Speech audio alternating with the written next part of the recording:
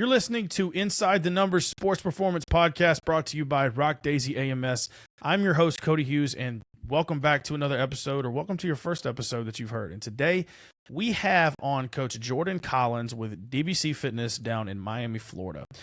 Jordan Collins is a private sector strength coach, has been practically his whole career, ran track at Auburn University, and it's funny, Jordan and I had never met until we had this call, and we were connected because we were both RockDaisy AMS customers, both RockDaisy users and use their platform. So wanted to jump on and hear all the things he's doing in the private sector down in Miami, and you'll be really surprised that we have something crazy in common that you'd never thought from meeting somebody you've never talked to before. So you'll hear that in the episode. I hope you guys enjoy this one. Jump on in, and there's a lot of good nuggets in this one, so we'll see you on the inside. Welcome to Inside the Numbers, the RockDaisy Sports Performance Podcast with your host, Coach Cody Hughes. Join us to unlock the secrets behind athletic performance as we break down the metrics and transform your collected data into powerful, actionable insights. Tune in for exclusive interviews with top coaches and professionals who are revolutionizing their training programs with data. If you love what you hear, please share it on X, Instagram, and YouTube, and tag us at RockDaisy AMS. You're listening to Inside the Numbers Sports Performance Podcast brought to you by RockDaisy AMS. I'm Cody Hughes, and I am here with Coach Jordan Collins. Coach, what's going on, man? Hey, man. How you doing? Hey, man, I'm great. Hey, we were just talking off air. For those of you that, you know how this goes. Like, we talk on air and get to know each other, and we just, first off, me and Jordan don't know each other. Jordan is a RockDaisy AMS customer, strength coach, speed coach in Miami. And we were connected through the guys at RockDaisy who want to come on the podcast and just chop it up and get to know each other. But here we are talking and find out we're from the same hometown. Like, that is insane. So Jordan's, like, isn't that wild? Like, what a Jordan's, small world. Yeah, the small world is insane. So, like, Jordan was from Columbus, Georgia. I'm from Phoenix City, Alabama. And to the point where the facility that I went to get training from, I'm pretty sure Jordan was more than likely an intern or something and possibly trained me. That's wild. Like, that hardly ever happens. So, like, we're just chopping up, and I told Jordan, I was like, hey, we got to press pause because we need to keep having this conversation. So, Jordan, without further ado, give us a quick rundown of your background and getting into the industry. Cool. So I'm going on year 20 in the industry. I was a two-sport athlete growing up, track and field sprinter, football athlete, trained out of Columbus, Georgia, same facility then, apparently, Yep. Which is wild. So I went to Auburn University as a track athlete, and what War Eagle, happened baby. was... War Eagle, huge Auburn fan. War damn, baby. I ended up rupturing my hamstring my sophomore year at Auburn, and that essentially ended my athletic career for all intents and purposes. I had multiple ruptures of it. And then I ended up going, I want to make sure what happened to me doesn't happen to other athletes. I want to give them all the options, the people that want to go down the rabbit hole and train. I want to be the guy that helps them and makes their career. So I immediately in college kind of flipped the switch into coach mode, and immediately I got my master's degrees in biomechanics and human movement from Auburn. Immediately went back to Columbus, opened up a facility there, worked at a facility, and then opened up where Lance Kelly, who was your coach, my mentor, a place called Momentum, took that place over and then trained athletes out of there. So I worked with Brookstone High School, which is a high school in Columbus, Georgia, with all their athletes. So I was a high school strength coach, and then did a lot of private training on the side, all one-on-one, two-on-one, very high-level private work. Gotcha. About 7 years ago, I was offered a job from DBC Fitness in Miami, and had to up and move to Miami because it's Miami. Yeah, man, that's amazing. So obviously I think you're familiar with Tony Villani and XPE from being down there. Some of the closest friends in the industry to me. Where people say Miami, but people say like, hey, Tony's in Miami. I'm like, no, he's in Fort Lauderdale. Because when you drive down 95, like, all right, are you in Boca? Are you in Fort Lauderdale? Are you it's all Miami, right? So where are you? Where is DBC?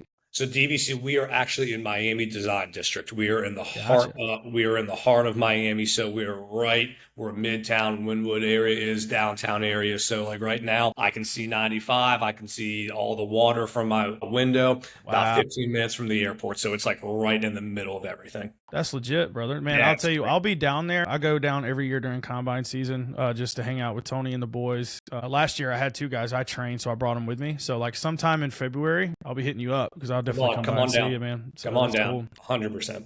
Well, let me ask you this. So, what drew you? I mean, other than the beautiful, being in Miami and just the opportunity that happens in Miami, what about DBC drew you there? Yeah, so I was following DBC since they opened up in about, I think it was 2015. We are a biomechanics based facility. And that is what my master's degree was in, was biomechanics. And especially at that time, 10 years ago, it wasn't nearly as common, the biomechanics trend Sure thing. around the industry. And I was really drawn to that, going, wow, these are people that think similar to myself.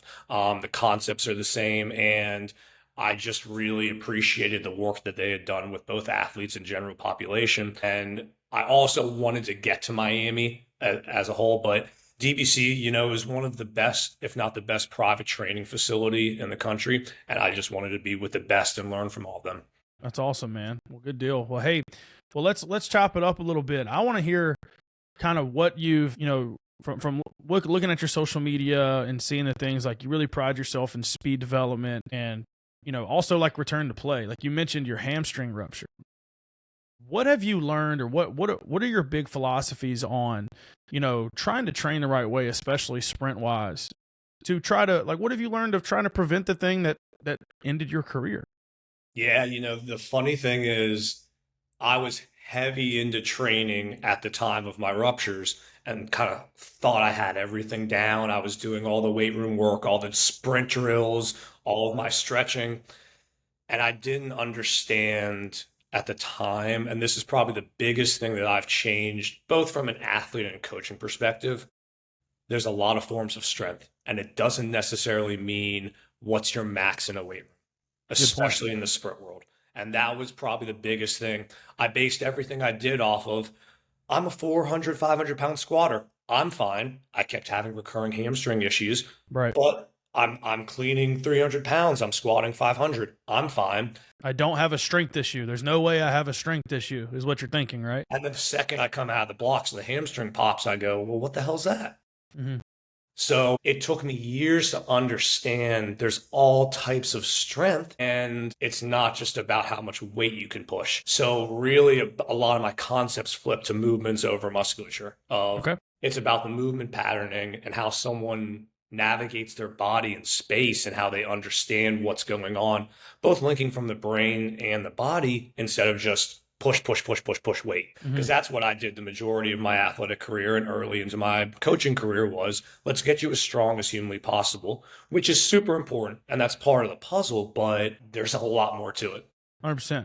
So let's talk through kind of what you're doing now with the athletes that you train. So if you get an athlete, let's call it, I guess a high school athlete that comes in, and you want to, I'm guessing you're going to assess them in some way. With you being a private coach, you want to try to identify something, maybe some low-hanging fruit. So talk me through that assessment process, or, what you're looking for in that workflow so you can identify where to go next. Absolutely. Yeah, that's perfect. It happened today. I had a high school football player right after season come in for his first session. So I just went through an assessment process about an hour ago before, so I can just walk you through that step by step. So what I do usually is give them about like a 5-7 minute period that they can just do self-treatment. Essentially, if they want to foam roll out, that's the time I kind of audit the athlete, get to know them, check in on the day, kind of have my own health questionnaire. I don't have it written down as much. I let them fill out, actually RockDaisies. I have them go through their little daily health questionnaire. But then afterwards, I'll ask them questions. Hey, how are you? How'd you sleep? What's up with your girlfriend? What are you up to the rest of the day? Just get a gauge of where the greatest readiness questionnaire of all time is a conversation. Percent, especially with a lot of those young kids, what's going on in their personal life, it's going to be brought into the gym. So I need to understand what's going on with the person and the athlete, but more so the person. Person comes first. That's another big thing with me. So after I go through that, I'll go through a manual stretch routine for about 10, 15 minutes. I'll manually stretch out the calves, hamstrings, work pretty much for the feet, go all the way up to the hips, get everything loose. It's my time that I get my feelers, my hands on them to see what their tissue structure's like, what's going on, what's tight, what's loose, if there's asymmetries going on that I'm feeling in terms of the mobility. So spend about 15 minutes doing that, put them through about a 10-minute dynamic warm-up that I'm just watching their movement. Very little is said there. I just essentially demo the exercise and let the athlete go be an athlete. Day one, I don't want to get in their head too much with stuff. I just want to see how they move, how they respond to stuff, if they can listen, or if they have to have stuff repeated, stuff like that. And then I'll get to the real assessment process. So what I'll do is a 2-part process. One will be on the force decks, and then the other will be on the 1080 sprint. So on the force, yeah. So you got some fancy toys, brother. Got all the toys, yes. All right, we're going to stick here on this for a while because now I want to learn something. All right. So what we got? I'm blessed to have all these fun toys so I can mess with them as much as I want at the facility. It's great. So first thing I do after I prep them for their jumps, I put them through some double leg pogos, single leg pogos, and then a couple CMJs just to kind of warm them up. I'll go through a 3-prong process. So the first thing I'll do is 3 attempts of a CMJ, counter movement jump, essentially looking at their lower body power. From there, I will move into 2 reps of a CMJ rebound.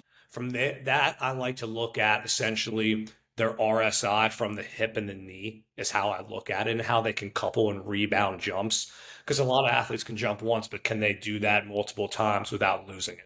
Which, right, for a youth athlete, not many can do on day one. It's hard for 100%. Them to do that repeatability. And then the third, I'll go into a 10-5 hop test, double leg, to test their ankle and foot a stiffness from there.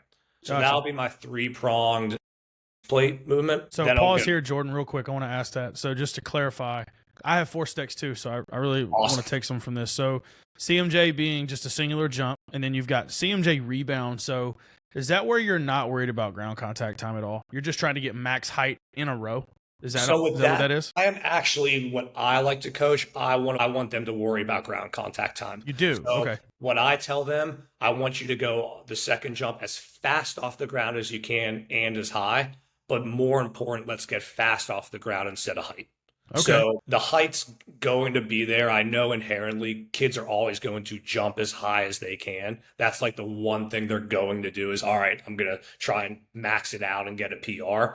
Yeah, okay. But what most youth athletes I've realized don't understand is that pliability of being able to get in and out of the jump. So not just being stuck in the mud is what I call it. So getting out quick. That's what I'm looking for. So does that look very similar to that like 10-5 test? Because like you're thinking knee and hip. My first thought in my brain went to, okay, you're going to get a little bit more of a counter movement, being a little more knee or hip driven on the rebound versus the 10-5 may be pure pogo, pure ankle. So just a small difference. So there's a difference. It's essentially like 2 CMJs back to back. So there's a lot more knee and hip flexion in that. I like to look at that because I want to compare essentially what's going on at the hip and the knee versus the foot and the ankle to see if there's a weakness or an energy leak from there. So I'll essentially combine and look and see that CMJ rebound and the 10-5. And look at numbers and compare and go, okay, well, are they losing it? Is this really a foot ankle stiffness, or maybe they don't have the hip mobility to be able to rebound twice in a row? So I'll go a little bit more in depth in there. Okay, good deal. All right, so we can move on from there. So you got your 3-prong there. So do you have any benchmarks that you see for high school kids on the force decks? Because we can speak the same language since we're talking about the same technology. That you're like, oh, that's pretty good. Like if you get a kid like that jumps on a CMJ, like let's say if they can jump like 45 centimeters or like 50 centimeters on a CMJ, like that's pretty good, Or if you see like peak power per body mass, my best kids that are good relative power wise are like 70 watts per kilo. Like I'm just throwing out numbers on my end. Are you seeing similar? Yeah, so I would say mine, I deal with a lot of female athletes, so those numbers will be a little bit lower. But, sure, okay. But I definitely go with the peak power per body weight. That's one of my basic measurements, RSI modified. Yeah. And then I do a lot with the asymmetries because a lot of my athletes will come to me as return to play, or there's something going on there that a parent goes, hey, they're healthy, they're good, but we notice, like, let's say it's a volleyball player and they're landing and they're like, they just can't land. It's just their knees are caving. They have no stability. There's inherent issues going on there that I need to clean up before Okay. it's full on training. Gotcha. So talk me through what you're looking at asymmetry wise, because I personally haven't looked into it. So like from a caveat on so understand for those of you that are listening to, understand our two totally different scenarios and who we're coaching. Like I'm coaching high school kids on a more bigger scale, mostly healthy kids. You may be getting a very specific case, private case for a return from an injury. So like a lot of times asymmetry, I'm like, well, is it really that big of a deal due to, a kid that is naturally going to we're naturally asymmetrical anyway as humans, but like kids also can be uncoordinated and it kind of flag you as being asymmetrical when like in reality they just don't know their freaking butthole from their elbow. So like what are you looking at? Like what value have you found in the asymmetry world? Yeah, so I look at the data and the numbers in context of what do my eyes tell me. My eyes are always going to lead that charge, that I'm always going to watch it jump and see what's going on side to side. And the majority of the time, I would say the numbers don't necessarily give me eye-popping context in terms of, wow, I didn't realize that. They're more so reinforcing the things that I thought happened, and now they're Gotcha. giving me clear data points to go like, okay, I see an asymmetry there, but then I see the numbers like, oh, well, that's a lot more than I might have realized. Okay, that might be something we need to cover. Gotcha. So I'll look at a three-pronged approach with asymmetry. Essentially, what I'm going to look at is, and this is with the CMJ especially, what's going on eccentrically as they're going down in the jump. The second one is concentrically as they're going up, and then landing force of when they hit the ground. Now, the majority of time, what I've noticed, you're not seeing a huge difference in the concentric phase. You'll see a little bit more different in the eccentric phase when they're going down. They're going to tend to lead to their dominant side, natural, of course, especially, a lot of athletes I have like baseball, volleyball, soccer that are going to be naturally dominant on one side. That's going to happen. Like for a soccer athlete, the first thing I'll ask before we do anything, what's your plant leg and what's your strike leg? Because we know the plant leg, they're going to lean onto that side majority of the time, no matter what. So I already know that going in, but the landing, that's the big thing to me because most kids now just don't know how to jump and land. Yeah. It's really ugly. And I think that that's where a lot of these injuries come from. Their inability to land and decelerate properly, and they're just beating their joints up over and over and over and essentially putting pressure onto areas that don't need it or they're overcompensating. Okay. So we've got, we're on the force decks. We're getting our CMJ. We're getting our rebound test. We're getting our 5'10". You got a nice little, battery of tests there looking at some asymmetry work. Always trusting the coach's eye. All right, now you're going to move to the 1080. So yes, the 1080 is intimidating, man. Like it's a really cool piece of equipment. Like I have a shred mill, so I have the poor man's 1080, as I like to call it. It's an effective tool, simpler, really good tool.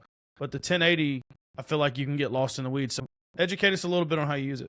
100%. You can absolutely get lost in the 1080, and I tend to get lost the majority of the time. I just dive into stuff so deeply. I've had to almost pull myself back and go like, hey, keep some of these baseline metrics, especially for the younger kids, once again, low hanging fruit, especially if you're only seeing them a couple times. So what I go through on my battery test for my 1080 is I will go through a modified load velocity profile. Essentially what I'll do is a light, medium, and heavy weight. I'll go 5 kgs, 10 kgs, 15 kgs, 5 being light, 10 being our medium, and then 15 being our heavy. I'll let them go one run at each. So essentially I can create a modified load velocity profile from that. And then afterwards, what I'll have them do is do an open 20 to 30 yard sprint, and I'll give them 3 attempts, no weight, unresisted, say, hey, let's get max velocity, get as fast as you can. And that's just where the kids have fun. Hey, see that number? Go faster, go higher. So from there, I can essentially get all my numbers, and then I'll do a little bit of change direction. I'll do a 505 assisted. So what I'll actually do is put 3 kilograms of weight resisting and assisting them in and out of the cut. So they have to really be able to, all right, navigate their body. But the key to that for me is I'll film that as well. So what I'll be able to do is compare what's going on video to what's going on in the graph and understand, can they cut better off the left or the right side? What's their dominant side and what's their non-dominant side? And are there asymmetries that aren't a big deal or something that we really need to work on from there? Awesome. So now you've set baselines when you're looking at quality, but you're also looking at outputs. So now you know, okay, is the kid can the kid get up to speed but just really lacks acceleration capabilities, or does really well with the heavy load but just can't quite open up the gate, can't get to that next gear, so now, put this assessment together. Okay, we've got some vertical power on the force decks. We've got horizontal stuff on the 1080, and then obviously you've put them through, just like you're watching the kid move in a dynamic warm-up already, so you've got your eyes there. What about, so you think you have all you need through that and you haven't even touched a barbell? So isn't that crazy? 100%. Whereas early coach goes, all right, we're walking into the weight room and we're going to trap bar deadlift or deadlift. We're going to squat. We're going to bench. I'm going to get my baselines through there and then maybe run a 40 or something like that. But, times have changed and how I look at everything. And that's not really what I do anymore with that. Sure. The strength, especially understanding, and this is something I did not understand whatsoever as an athlete and also as a young coach. What goes on in the weight room is mostly in that vertical plane, but acceleration is a horizontal plane and horizontal movement, and we have to have strength in that horizontal plane or in that horizontal flow. Everything I'm doing, I could squat them all day, deadlift them all day, but is that going to help in acceleration? Sure, it's going to help their baseline strength. The more force you can put into the ground, that's going to be great. Right. But in the direction, and that's the problem. So what I've really started to do is a lot of resisted runs, broad jumps, resisted jumping to try and get their hip extension pattern. That's a really good point. Due to, like, breaking this down further, of some people like to make the plane statement of, like, vertical versus horizontal power is plane specific. That's like an Eric Cressy thing I heard all the time. But when you talk about, like, getting your legs strong vertically, whether it be deadlifting, squatting, whatever, and then translating that into, like, sprint or especially early acceleration, the way that I look at it, and I want to hear your thoughts on this too, is like, squatting and stuff doesn't have any demand on, like, the lower shank, like on the ankle, on the foot, like the strength of doing that. And then also because of, like, the angle of the body and the way gravity works, hip extension is not the same, because, like, we're all standing straight up. Like, there's no load on extension anymore. Like, you're just standing directly in proportion to gravity. Your body's sitting down and you're sitting, you're not in it. You never truly you extend your hips when you stand up, but you don't get into true hip extension, right? Not even on an RDL. You're probably going to hyperextend your low back if you try to. But that's the whole point of horizontal plane training, is the foot and hip extension. Like, that's the two things you can't hit. Yes. Right?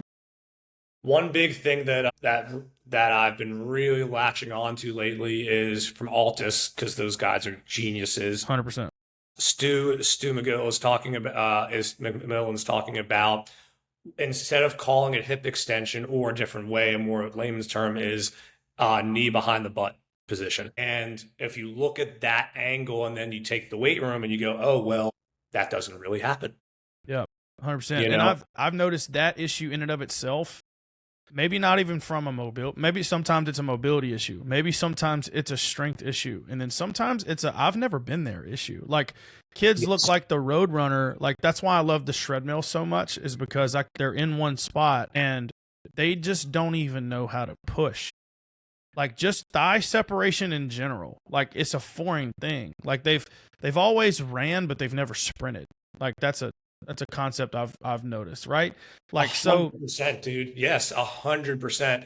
Kids come to me and the parents are going, high level this, high level that. I'm sitting there going, interesting what the concept of high level means today, Right. And I'm like, okay, this kid doesn't understand how to jump, doesn't understand how to sprint.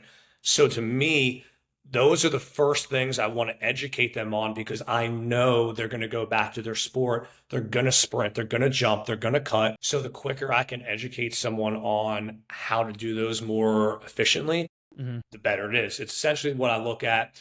You're going to increase performance and try and decrease the risk of injury. I don't think you can ever completely eliminate injury, Right. but you can decrease it, especially non-contact injuries and stuff like that.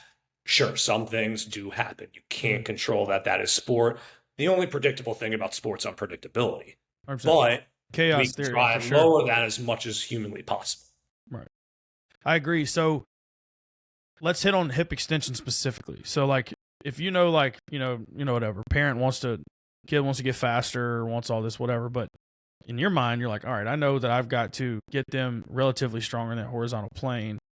What are some things you do to help athletes access hip extension? A lot of resistive based sprint type movements. So it's not a lot in the weight room. The weight room almost comes second to me. I'm not even really introducing them at that point. The first thing I'm doing is teaching them, one, how to get the thigh separation, but where to strike the ground. So once I can teach them that, it's essentially I'm going into resistive marches, resistive skips, teaching them bounding and resistive work, broad jumps, and then resistive sprints. That's going to be the best stuff. If someone doesn't have access to that, sled. Like, for instance, one of my college athletes, he's on a program right now, a new part of it, and he had a resistive run as part of the program. Text me, he's like, hey, there's nowhere I can do that. And there's a sled in the photo. I go, yes, there is. We're going to do a sled sprint instead of your resistive run, and that's fine. That can mimic that, because anything I'm trying to do is just get weight that horizontal plane and understand how to project and then retract that foot back down. Right. That's a huge thing to me, is that kids don't understand, like you said, their body awareness of where they're supposed to go and what they're supposed to do. So I look at myself as a coach, but also an educator. My job is to give them as much information that they can take with them, because what I used to do early in my coaching career is overcoach. That every little detail, it was fixed in the session, but what happened the second they left the facility, coach wasn't there to fix everything, and they wouldn't know what to do, and they would start to fall apart. So now I've kind of gone the opposite realm of, as we go deeper into stuff, I let them be athletes and I stop them if it's something that needs to be fixed, but I want them to be able to work through that. Yeah, 100%. Yeah, that's good stuff. I can definitely see where it's hard to address striking and any of that if you don't. One, you got to have space and you got to resist a run, like one way or the other. Like you can't expect that to increase by just squatting or just, doing those things. If you've got a hill somewhere, I guess that's another one that if you had to, right, run up a hill if you can. You don't have a sled, you don't have something to resist you. Don't have 100%. a fancy tool like a 1080, which is really awesome to have, and having the space to do so. Do you guys have like a nice like run space inside?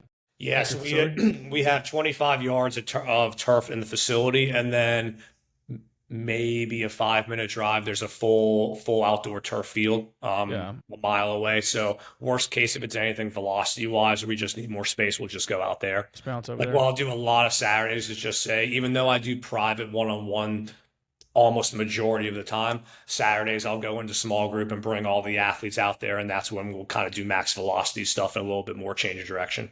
Gotcha. Good deal. Well, hey, man, that's really good stuff. Now let's talk about like the return to play side of your experience. So I want to hear of an example of an athlete that may come to you and has been injured, or maybe they're in early rehab, right? Give me some of your experience of whatever type of injuries you've been most experienced with, and maybe some success stories you've had of returning a kid, from a specific injury that maybe could educate us on how to handle those things. I think a really good injury that I want to talk about will be around the knee, and essentially having to do with patellar tendonitis, tendinosis, and essentially overworking tendon, because that's such a hot topic in today's society of tendon loading and what to do, what not to do. Yeah, for sure. What's too much? Because I have really interesting thought process about it. Everyone believes in tendon loading pretty much. I have a really, really hard time with the tendon loading if the other side of the spectrum is not covered, which is tissue management. Okay. So I'm going to use the example I have a high level collegiate tennis player. He is now a 3-time All-American, and he came to me with recurring knee issues. Essentially, couldn't finish matches because landing off a serve, it was just so much pain, and it was patellar tendinosis. It was developing in both knees. One was much more severe than the other. So there was two things I looked at with that. So first, I did we have a recovery and a medical side, a DBC. So what I did is have the head of recovery put him through an orthopedic assessment and kind of go, hey, let's have from your viewpoint what's going on through there. So I got an ATC to look at that because I'm looking at it from a certain viewpoint, all from the long-term performance. I wanted the medical side as well to integrate that in. So after realizing, essentially, we found out a couple things that, shocker, a tennis player, his spine could not. Okay. We knew from there, okay, well, this is not just one joint. This is something that is holistically a system problem. So that's the first thing I look at, what's going on throughout the whole body. Even though one joint might be an issue, I'm looking at top down, bottom up, what's going on through the system. Everything's going to link together from your toes to the back of your neck with fascia. So you got to make sure everything's in line together. So after we went through the orthopedic assessment, the biggest thing that we found out, he was what I called a quad loader. So once again, this is kind of it's a taboo subject as well. At DBC, we really don't want to emphasize anything knees over toes or anything like that. We really want as much of a vertical shank, vertical shin line as possible because we're trying to load the hips and the hamstrings. Now, that's not to say I don't want to load the quads. My mindset is the quads are always loaded. No matter what, whether we're lunging, we're squatting, we're doing everything, the quads are going to be strong. But what I've seen it with most athletes, the posterior chain is weak.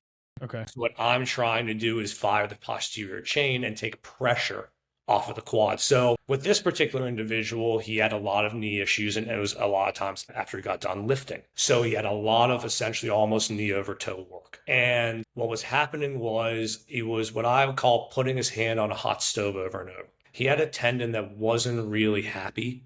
And what was happening instead of, and it's not isos with this, he was loading it heavy and going and doing movement. He was essentially flaring it up over and over and over and strengthening his quad. Yeah. Well, his quads didn't need to be strengthened because what we found out, they were overactive and super, super, super tight. Okay. So what's happening, the quads were pulling on that patellar tendon. So the more that he did all his normal stuff, what's he doing? Pulling on the tendon more, pulling on the tendon more. The tendon doesn't have any time to relax. Well, if he's playing tennis too, like tennis is extremely plyometric. Extremely, extremely. And the biggest thing was he was having a huge internal knee valgus and loading on his plant leg when he would come off a serve. So I knew from that he had the inability of his spine to rotate on a serve, and his hips and knees were caving in because his posterior chain was weak. Well, the combination of that, what's the joint that's going to take all that pressure? The knee. So from there, it was essentially a two-pronged approach. Let's calm down the quads, get as much tissue work and recovery to get your quads loose and mobile, so that way it'll stream down line and not have as much tension to the knee joint, and then simultaneously strengthen his posterior chain. So when you do that, hamstrings, glutes strong, now the quads are still going to be fired, they're still going to be activated, we're still working them. I'm just not having that be the primary mechanism of loading. That's all. And that's the big thing whenever we talk about that stuff. I'm not anti-quad whatsoever. Sure. I mean, that's ludicrous to say I'm pro posterior chain over everything. Gotcha. So when all right, so you make this, you go through this assessment and realize like, okay, the kid's posterior chain is just weak. And obviously you start, you create a training program and a prescription to get all that done, right? To hit the hamstrings, all parts of the hamstring, hit the glutes, get the spine mobile.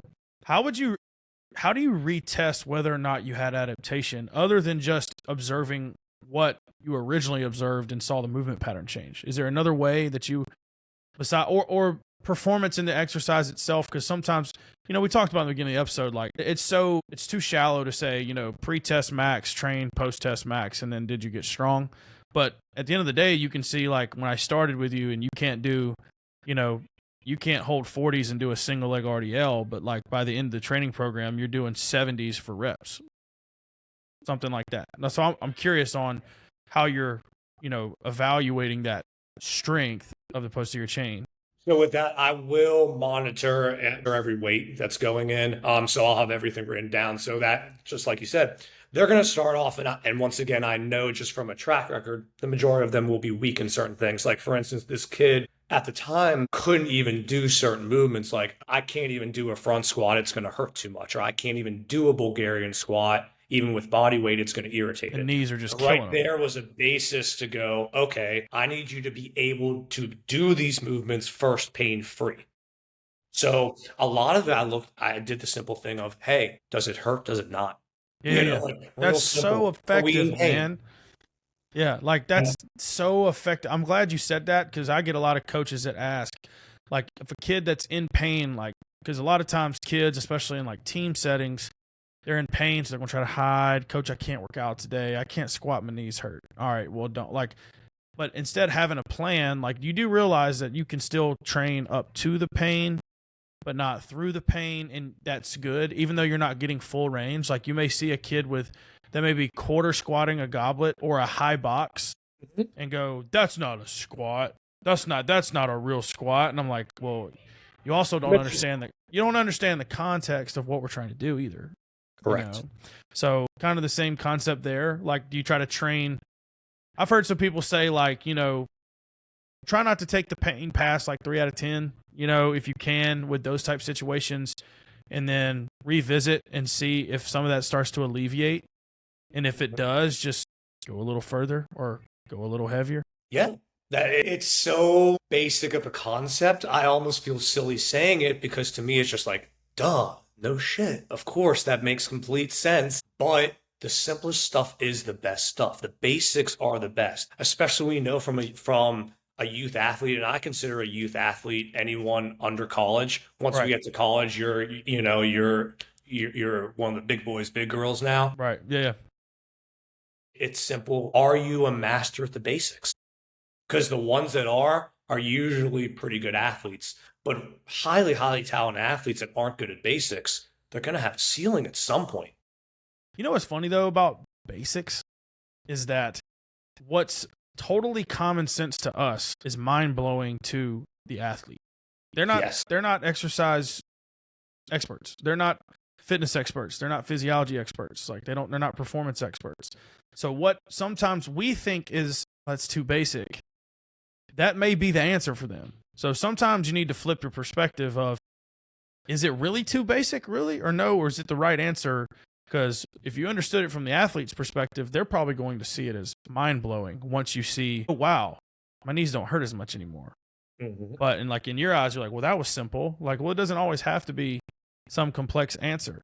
Sometimes the kid just needs to load the right part of the body and let the body go, all right, I need to feel a little more synchronous and synergy and relaxation, like just like this tennis kid. So talk me through his story. So like, as he couldn't do Bulgarians, he couldn't do all this. He was pulling out of tennis matches. It was interesting. One of the first matches, and I would travel with him. I have the luxury of one-on-one. Athletes and clients can hire me. They can travel because I do tissue work. I do some of that. I do that stuff. So I can do essentially everything on the road. So his first tournament was a very, very, very big tournament that essentially seeded him for the rest of the year and for the NCAA tournament. He was coming off a really great NCAA finish, but just was lagging. The knee injury was causing him essentially this whole summer was wiped out. He couldn't even play. So I get there and day one, I'm with this head coach and the kid's like, I got to pull out. I can't even land on my knee.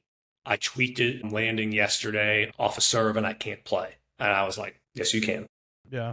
This kid that whole tournament because what we did, tissue release. Yeah. Release the quad, release the quad, release everything around it, keep everything loose. The knee joint. All right, the knee's inflamed. We got it, but we can work everything else around it. And like you said, you just have your plan A, B, C, D, and you just have to know, okay, that doesn't work. Boom. What's the next thing? Okay, that doesn't work. And we just kept adapting to it. But the biggest thing with him, it was high quality tissue work, and I mean hands-on tissue work. But it was also a really holistic wholesale change of, I had to teach this kid how to be a professional and his lifestyle. We had to monitor his sleep. So I put him on Oura Ring and Whoop, and we would monitor his sleep, monitor his hydration levels, his food. I had everything to a T written down of supplementation, food, this is what you do first thing in the morning. This is what you do pre-practice. Post-practice, you're going to your ATC. They're going to work on you. You're going to do contrast therapy. Then you're doing Normatec boots. And we just created a system approach for him, where before it was more so, the tennis community, they're getting there, but they're a little behind in the training aspect in terms of full sail. Maybe they warm up before the match, but it's like, okay, what are you doing first thing in the day? Are you prepping for yourself? Are you activating? Are you cooling yourself down after? What recovery stuff are you doing for the match the next day? Because some of these guys might play matches 7 days in a row. Right. And with tennis, no match for the following day is announced until all matches are complete. So let's say this kid has a match at 8 a.m. He doesn't know his next day until 10 p.m. His next match until 10 p.m. when all the matches are over. Oh my And at gosh. 10 p.m. they could say, "All right, you're first one on at 7." So you don't even know, like you like you got to get to bed, man. Like did you plan dinner in time so you can go to chaos. sleep? It's utter chaos, and I am the epitome of like OCD organization, plan on plan on plan. So it just blew my little mind up of like trying to navigate. And he was laughing. He's like, "Yeah, this is rough, huh? Like you're just flying tournament to tournament. You don't know what's going on at any point. All right, on." And then NCAA, they play singles and doubles. Yeah. They're having to double themselves up. Yeah. So it's really, really taxing for the individual athlete to navigate. So what I wanted to do was teach him wholesale how to take care of your body. Gotcha. And once he understood that, a lot of things got fixed really fast. Well, let me ask you this. So like, that's really cool that you get this opportunity to be so intimate, right? Control every variable, one thing at a time, very, very, very specific and individualized. You've got some coaches out here that are having to train higher volume kids, teams at a time. But you've got that experience. You were strength coach at Brookstone at one time as an early coach, and you've seen that. But now that you've had this experience all the way down to like, okay, I now am an inch wide and a mile deep, right?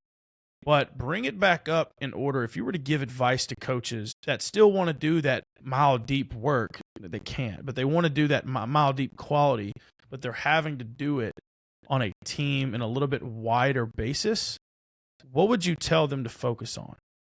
Yeah, I would say the biggest stuff is focusing on the low hanging fruit. What's the most bang for your buck that you can get out of your athletes? So, like, if I have a team of football athletes, I want to make sure, can I hit compound lifts that work the full body and organize and synchronize everything? Can we sprint fast at least once a week, if not twice? And are we jumping high and far? So essentially, we're just being athletes. So at the end of the day, I would always look for the perfect program. It's much better to work a less perfect program that's consistently high intensity and worked in the right manner. Love that. So yeah, the low hanging fruit, we have to sprint. We have to sprint often. We've got to jump often, and we got to lift heavy or fast, depending on where we're at.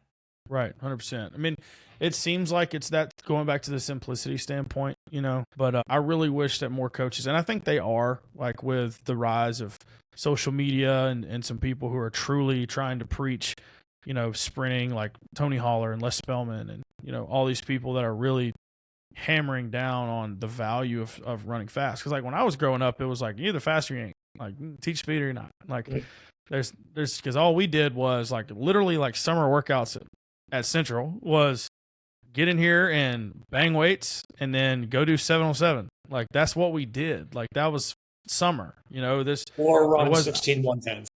Yeah, like or condition, half gassers and all that, and if you were lucky, a coach that maybe didn't value that as much, you didn't have to do that as much, because like that's the crazy part, like where I'm at now. So like I played 7A football, or it was 6A when I was there, because 7A in Alabama didn't exist then, but at a really prestigious high school that valued football. But now I'm training kids on a lower level. We're a 2A size school. We compete at 4A because of the private school rule. So, but having to train a team of 45 kids, but I also have a head coach like we've won over in the last 7 seasons, we've won 67 games. So that's how many games in football we've won. And we've had 0 conditioning specific days, like true, like active condition. That doesn't make me anti-conditioning. Like I'm not going full Tony Holler on you, but But when you actually allocate your time to performance-based training like sprint work, and then being able to put a number on that, is huge. And you having the ability to have like the technology at your facility. Like, do you guys have anything else? So you said like you got 4 stacks, you got 1080. I'm guessing you may have some type of laser timing system. Yeah, so I have the valve timing gates, and then I'm actually in the process of getting the Nord board as well. Gotcha. So yeah, constant quantification going on down there, man. 100%. And that's just one side of it. Like I said, that's just the tech sports science side. Sure. We still have a whole medical side with PTs and ATCs that can go hands-on orthopedic assessments and go through that aspect as well to, of rehabilitation. So it's kind of all in-house there? I guess all in-house. So explain to me, like, kind of give me the rundown of what DBC is, like all that it offers. Yeah, so DBC, we are a private performance-based facility.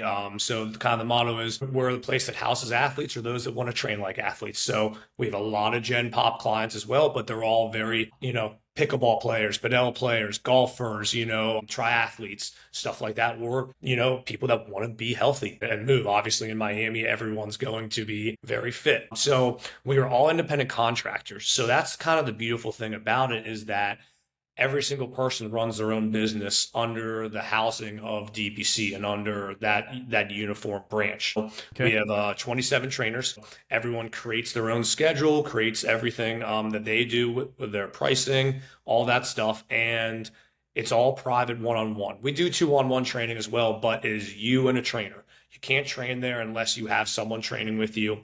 We have a training side that's about 6,000 square feet, multiple squat racks, not a lot of machines there. Pretty much it's all Kaiser equipment, pulley-based systems, and then open turf space. So it's very functional of the human body is the most important piece of equipment. That's kind of our mindset. Gotcha. And then we have a recovery side as well, which houses, we're going to house a Pilates instructor. We have ATCs, physical therapists, cold plunge, sauna, stretch therapy, all that stuff. So it's that yin and yang of we go into training and then we go back into recovery right there. Gotcha. Awesome. Well, hey, that sounds like an awesome facility. I can't wait to come see it because I'll definitely come see you when I come down in February. But man, I thought this was a tremendous conversation, Jordan. You're doing great work. I think that we cannot stress enough, the basics of training and trying not to do anything too fancy, and also the beauty of movement, right? And just watching kids move and trying to train coordination and balance and do all the things that you're preaching, man. Like I really do believe it. But before we go, how has RockDaisy made your life easier? So much easier. Oh man, RockDaisy's been great because it's been able to centralize all my technology and information into one house instead of looking at 10 different houses. It was really tough to be able to navigate my assessment process because I'm having to pull up multiple laptops and pull everything in, and I wasn't able to really quantify what's going on in the 1080 versus the 4 stacks versus this. Having everything synced in together, that's the whole big reason I really dove into the technology platform, is to have a proper AMS that could shoot out that information in a matter of seconds. So it's awesome. It saves me so much behind the scenes time that I can push a button and be able to just have that information navigated. So I'm able to train the athletes and not worry about essentially being a full-time sports scientist. My job is to train, but I want to be able to integrate all the tech in an efficient and effective manner. Yeah, 100%. Well, that's awesome. I feel the same way. It's been a tremendous product for me. And if you're listening to the podcast, RockDaisy is actually coming out with a workout builder, so a programming side of things where you can create training cards for those strength coaches that program. If you want more information on that, hit me in a DM and I can tell you more about it. But last 2 questions, Jordan, I always ask every guest, and I love to kind of see where this goes. Question 1 is this: what's the primary thing you feel like you've changed your mind the most on in your career as a coach? Turn the biggest 180 possible. I would say early in my career, I was a pure on strength coach. And now I would say, if anything, that's the last piece of the puzzle for me. I am more high performance movement analysis and understanding that movement, especially on the field and with your body weight, far is going to take over the weight room. Love that. Yeah. I'm seeing a lot of trend there too. I think a lot of people are just really comfortable in the weight room because maybe that was a place they were good at and it's easy to quantify and other that. So that's as well. And then the last question that I always feel like is really intriguing for people is, what's currently got your ear and what like and intriguing you that you're learning on, like something that you're chasing, something that's got you really interested, like, oh, I found my rabbit hole. What are you currently studying? What are you currently trying to sharpen up on? Spinal engine theory from the guys at Altus. Yeah, that's been fascinating to me, especially in terms of Are you with going full movement. David Weck yet? Like, you know what I'm saying? If you know David Weck. Not yet. Almost, no. But yeah, the spinal engine's so fascinating. I myself dealt with a lot of spine issues. I mean, I see a lot of athletes with hip and spine issues. And what I've realized is for so long, we say the core is the powerhouse of the body, but I think we haven't trained it as such. And I think it's almost been a secondary, oh, at the end, oh, let's work the core, let's do that. But no one really focuses on how the core integrates in everything that we do, and that sometimes the spine's supposed to move. You know, people talk about pillar strength. Well, guess what? Pillars don't move. And Right. athletes can't be stiff like a pillar. They need to be mobile and fluid. So that's something I've really been diving into a lot. Yeah, awesome. Yeah, I need to dive more into that too, because that's so important. You know, a lot of people think that the spine needs to be braced all the time, and that's just not true. You know, so Right. a lot more to that. I'm excited to hear more as you learn more about that and as we connect. So, but if anybody heard this podcast, Jordan, and really loved what you said and wanted to learn more or maybe inquire about what you offer online and things like that, how can they reach out to you? Yeah, so they can go to my website, which is jordancollinsperformance.com. That would be the best place where they can send me a message on Instagram, jcollinsperformance. All of that stuff is perfect. Sweet. If you guys heard it there, go and reach out to Jordan. Doing great work. And Coach, appreciate you coming in. I appreciate you Sharing having your me, time sir. and hanging out, brother. All right. Thank you, man. Till next time, guys. We'll see you.